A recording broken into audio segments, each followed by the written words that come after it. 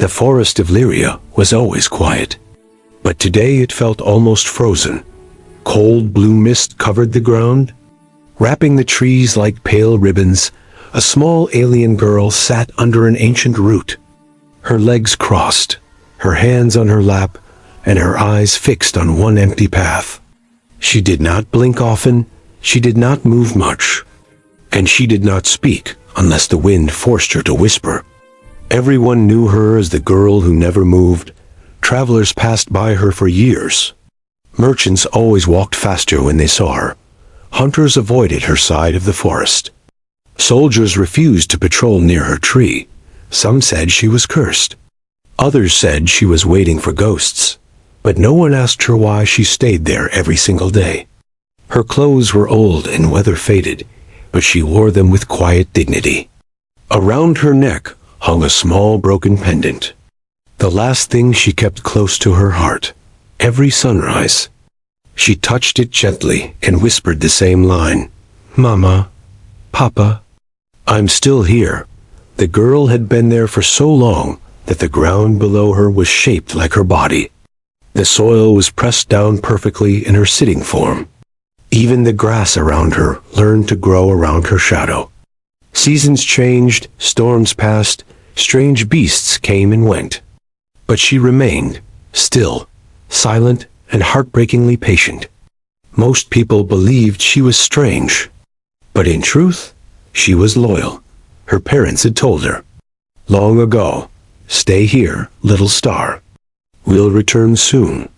She was too young then to understand time, danger, or lies. She believed in promises with a pure heart only a child could carry. One cold evening, the wind carried heavy steps toward her resting place. The girl slowly lifted her head, for the first time in a long time. A human soldier walked out of the trees, tired, dusty, and carrying a broken rifle on his back. He stopped, confused, when he saw the small girl staring at him like a statue waking up. He spoke gently, "Hey, kid, why are you sitting here alone?" The girl did not answer at first. Her voice was soft from many years of silence. "I am waiting," she whispered. "Waiting for who?" The human asked, stepping closer. "My parents," she said, her eyes still fixed on the empty path. "They told me to wait here. They will come back." Something in the human's heart tightened. He scanned the ground around her and noticed something most others never cared to see. The ground under her had no footprints except her own. The marks had depth years' worth of weight on the same exact spot. She had been sitting there since she was very small. He lowered his voice. "How long have you been waiting?" The girl blinked slowly. "I do not know," she said. "I stopped counting after the sky changed color 3 times. The human's breath caught. On this planet, the sky changed color once every 3 years. If she saw it 3 times, she had been waiting for 9 years. He felt anger rise in him, not at her, but at whoever left her. He knelt beside her and looked into her tired, glowing eyes. "Kid," he said softly, "I don't think they're coming back. For the first time." She turned her head fully toward him. Her lips trembled. Her eyes filled with a fear she never admitted before. "If I leave this place," she whispered, "how will they find me?" The human placed a hand on her shoulder, gentle and steady. "I found you," he said, "and maybe, just maybe, it's time someone takes you home." The girl stared at him, unsure, frightened, and hopeful all at once. No one had ever said those words to her before. No one had ever stopped to really look at her. And now, after years of silence, someone finally cared. In that moment, she realized something. Maybe she was not meant to wait forever. Maybe she was meant to be found. Her fingers tightened around the broken pendant. She nodded slowly, and for the first time in years, the girl who never moved finally stood up. The girl stood on shaky legs. Her knees trembled as if they forgot how to hold her weight. The human soldier stayed close, worried she might fall. She had spent almost a decade sitting in one spot. Standing felt like lifting a mountain. Easy, he said, keeping a steady hand near her shoulder. You're safe. Safe, it was a strange word for her. A word she had not heard in years. Still, she took a deep breath and stepped forward. Her first step in so long made the dry leaves crack loudly beneath her feet. The sound startled her, but she kept going. What is your name? The human asked gently. She lowered her head. I don't remember. He froze. She continued in a whisper. My parents used to say it every day. But time has taken it away. The human clenched his jaw. He hated how the universe could be cruel to the innocent. All right, he said softly, until you remember. I'll call you Little Star. She blinked at the name. Something warm touched her expression, but their moment of peace broke instantly. Distant voices echoed through the forest. Rough, sharp, and angry, alien patrol soldiers were approaching. The human instantly lifted his broken rifle, turning toward the sound. Stay behind me, he said. She obeyed immediately. Gripping his coat with both hands, her small fingers trembled. 3 alien soldiers stepped through the trees, wearing red armor with burning symbols on their shoulders. Their leader spoke. Human, step away from the remnant child. The girl flinched. The human narrowed his eyes. What do you mean, remnant child? He demanded. The alien leader pointed at the girl. She is forbidden to leave this place. Why? The human replied sharply. Because she is the last witness, the alien said. And witnesses are dangerous. The girl tugged the human's coat. Shaking. I don't want to go with them, she whispered. Her voice breaking, the human stepped in front of her, blocking their view completely. You had 9 years, he said coldly. If you cared about her, you would have helped her. The alien soldiers raised their weapons. She cannot be taken off sight. Move aside, human. The human raised his broken rifle anyway. He knew it barely worked. He knew he could die. But he also knew he would not take one step back. Over my dead body, he growled. The aliens hesitated, surprised by his defiance. The girl pressed her forehead into his back, trying not to cry. No one had ever protected her before. No one had stood between her and danger. Not until this human arrived. Seeing her fear gave the human strength. He forced his voice to stay calm. She needs help. She needs warmth. She needs food. She needs a home. The alien leader replied coldly. She needs silence. She must stay where she was left. She was left to die. The human shouted. The trees shook from the force of his voice. The girl gasped softly, gripping him even tighter. The alien soldiers aimed their weapons fully. A tense moment followed. One wrong move could start a massacre. But the girl stepped out slightly, still behind the human. Her voice cracked as she spoke. I want to go. With him, the alien stiffened. The forest fell completely silent. The human lowered his head and whispered to her. You sure, little star? She nodded, tears falling down her cheeks. He came for me. No one else ever did. The human gently lifted her into his arms. Her body was light from years of hunger and stillness. He turned to the soldiers, his voice like steel. She's leaving, the alien leader hissed. You are making a mistake. Human, but the human stared back with fire in his eyes. Maybe, but it's my mistake to make. The girl rested her head against his chest. For the first time in her life, she felt the warmth of someone choosing her. As the human walked away with her in his arms, the alien soldiers did not follow. They watched him disappear into the forest. With the child they were ordered to keep trapped forever. And deep inside the dark woods, something old, something dangerous, woke up. The human carried Little Star through the thick forest until the red glow of the alien patrol vanished behind them. Only when the trees grew quiet again did he finally slow down. Little Star clung to his shirt. afraid if she loosened her grip, she might disappear again. "You're safe now," he whispered, but she still looked over his shoulder, expecting soldiers to return at any moment. He set her down carefully on a fallen log. "Sit here.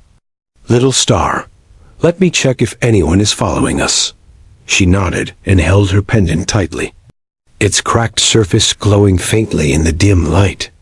The human scanned the area with a small handheld device. It hummed softly, searching for movement or energy signals. Instead, it flashed a warning he did not expect. "Unknown energy detected." He frowned. He pointed it at the girl without thinking. The device beeped louder, almost panicking. "Little star, did you ever feel something strange inside you?" he asked. She lowered her head. "Sometimes," she whispered. "When I sleep, I hear voices." "What kind of voices?" he asked gently. "They sound far away, but familiar." She touched her chest. "They tell me to be strong." The human sat beside her, concerned but patient. "Your pendant," he said slowly. "Why is it broken?" She shook her head. "I don't know. I woke up one morning, and it was like this." He took the pendant into his hand carefully. There were thin lines on its symbols he didn't recognize. They pulsed with a soft light, like a heartbeat. "This is not normal tech," he murmured. Little Star watched him anxiously. "It's the only thing I have left from Mama and Papa," she whispered. He returned it gently. "And we will keep it safe," he promised. But before he could continue, the ground beneath them trembled softly. Leaves rustled without wind. Birds flew away suddenly. The girl's eyes widened as she felt something deep inside her chest. Her breathing changed. She whispered, "They are coming." The human instantly grabbed his rifle. "Who's coming?" She shook her head. "I don't know. But they're angry." The forest grew darker, but the trembling stopped. It was as if something powerful had sensed her movement, then gone silent, waiting, listening. The human crouched in front of her. "Little Star, listen to me," he said carefully. "That patrol back there called you the remnant child. Do you know what that means?" She hesitated, then slowly shook her head, but her eyes showed fear, as if some part of her already knew. The human sighed and explained softly. "Sometimes on war planets, when a powerful ship is destroyed, only one person survives, usually a child. They call them remnants. And remnants are considered dangerous." Little Star hugged her knees. "I didn't do anything wrong," she whispered, trembling. He placed a hand on her shoulder. "I know, and I won't let anyone hurt you." But deep inside, he wondered what had really happened the day her parents vanished. A sudden gust of wind blew through the forest. The pendant glowed bright enough to light the girl's face. Then the shock came. A soft voice, mechanical yet gentle, whispered from the pendant. "Survivor code identified. Awaiting reactivation." Little Star gasped and dropped it. The human's eyes widened.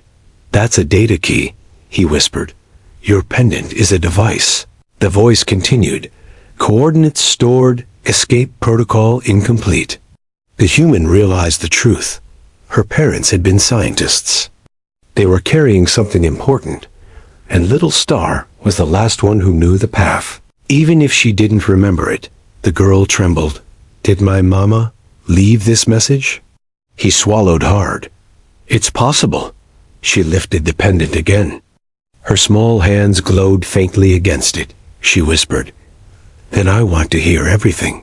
The human nodded, but before he could speak, branches snapped violently behind them. Both turned at the same time. Red eyes blinked in the darkness. Something huge and ancient moved between the trees, and it was heading straight for them. The forest went silent, too silent. Even the wind stopped moving through the branches. The human pulled Little Star behind him and raised his rifle. His heart pounded, but his hands stayed steady. He had fought beasts before, but this presence felt different, older, smarter, hungry. "Stay close," he whispered. Little Star nodded, gripping his coat with both hands. Red eyes blinked again in the shadows. Then something massive stepped forward. A creature covered in dark fur and armored scales. Its claws scraped the ground, sending sparks into the air. Its long jaw opened slowly, showing rows of sharp, curved teeth. Little Star gasped. It followed me. She whispered in fear. It always watched from far away. But now it's close. The human narrowed his eyes. You've seen this thing before? She nodded shakily. Only at night. It never attacked. It only stared at me. The creature stepped closer. Sniffing the air, its breath was hot and heavy, like smoke leaking from a furnace. The human prepared to fire, but Little Star grabbed his arm. Wait, she whispered. I don't think it wants to hurt us. The creature lowered its massive head. Staring straight at her pendant, the cracked device glowed brighter than ever. A faint humming started again. The same voice from before repeated, awaiting reactivation. The creature growled, but not in anger, more like recognition. The human frowned. What is that thing? Little Star whispered. It was there. The day Mama and Papa disappeared, the human froze. You mean, this creature saw what happened? Before she could answer, the creature roared suddenly and swung its arm. Not at them, behind them. A metal spear flew from the darkness. The creature knocked it away, shattering a tree trunk in half. The human turned instantly. 6 armored aliens emerged from the shadows, wearing dark blue helmets with black face shields. These weren't the Red Patrol soldiers. These were hunters, elite ones. Faster, stronger, merciless. Their leader stepped forward. Give us the child, he ordered, and we may let you live.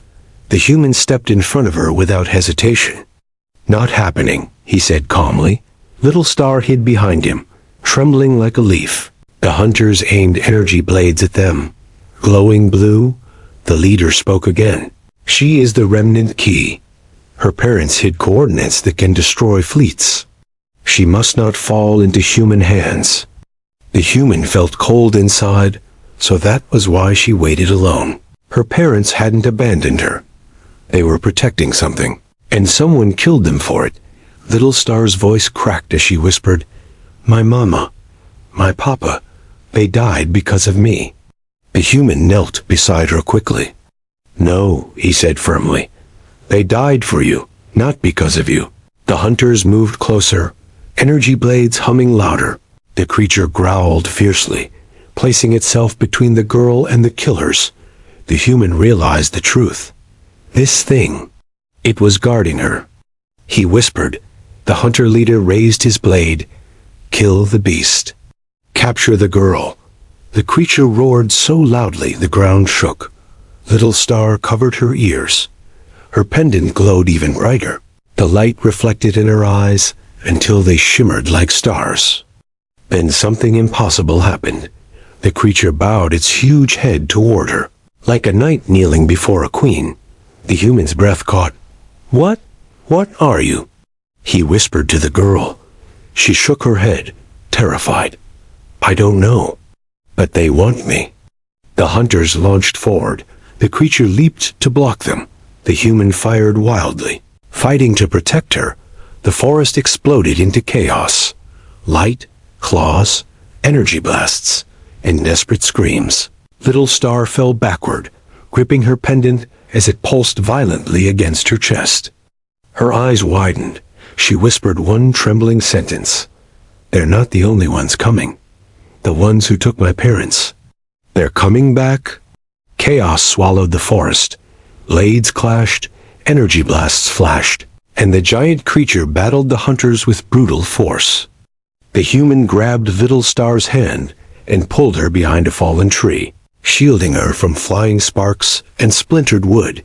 Stay down, he shouted, firing at the charging hunters. Even with his broken rifle, he fought like a man who refused to die. He had protected strangers before, but protecting her felt different. It felt right. It felt necessary. Little Star trembled as explosions lit the sky between the trees. Her pendant vibrated wildly against her chest, glowing brighter with each second. She pressed her hand over it, afraid it might burn through her skin. "It's calling something," she whispered. "I know," the human said. "But we'll face it together." The creature slammed a hunter into the ground, shaking the forest. 2 more hunters leaped at it, slicing into its armored hide. The creature roared in pain, but did not move away from the girl. It fought like a guardian, like it had sworn to protect her. The hunter leader shouted orders. "Capture the child. Now, before the signal finishes transmitting." The human cursed under his breath and grabbed Little Star again. "We're moving," he said, lifting her into his arms and sprinting deeper into the woods. The girl clung to him tightly, burying her face against his shoulder. Behind them, the pendant suddenly released a beam of light straight into the sky. A pillar of white energy tore through the clouds. A deep, vibrating hum echoed across the planet. Little Star gasped. "I didn't do it. It did it by itself." The human didn't slow down. "What is happening?" She shook her head, tears in her eyes. "This is what Mama and Papa feared. The signal will bring them." "Who?" "The ones who captured them," she whispered. "The ones who want me." Just then, the sky split open. Huge dark ships descended from above. Silent and terrifying, they were nothing like the hunters' small crafts. These were war giants' metal beasts shaped by cruelty and hunger for power. The human stopped running and slowly lowered the girl to the ground. He looked up at the ships with determined eyes. "You've waited for years for someone to return," he said, "but they don't deserve you." Little Star stared at him with trembling lips. "But what do I do now?" He knelt in front of her, holding her shoulders gently. "You walk with me," he said. "You're not waiting alone anymore." The hunters regrouped and rushed toward them. The creature stumbled out of the trees, covered in wounds but still alive. It limped toward Little Star and lowered its head again. The girl touched its fur softly. "Thank you for always watching me." But the sky darkened even more. Warships circled above them like hungry predators. Giant spotlights shone down on the forest, searching for the child. The human stood up and placed himself between her and the descending shadows. "Get behind the creature," he ordered. She obeyed instantly, her small hands shaking as she held onto its thick fur. The pendant glowed again, this time softer, warmer. A final message whispered out of it, a voice she recognized, her mother's voice. "If you hear this, run, my little star. Run with the one who protects you." Little Star broke into silent tears. The human swallowed hard, but didn't look away from the ships. "Don't worry," he whispered. "I'm right here." The ships prepared to land. The forest shook under their weight. The hunters closed in. Everything pointed toward disaster, but the human took a single step forward, without fear, without hesitation. "I don't care who you are," he said to the descending forces, his voice like iron. "She's not yours." The creature growled beside him. Little Star stood behind them both, her pendant glowing like a tiny star in the dark. For the first time in her life, she didn't feel alone. And in that moment, she stopped waiting. She started living with the human who didn't leave.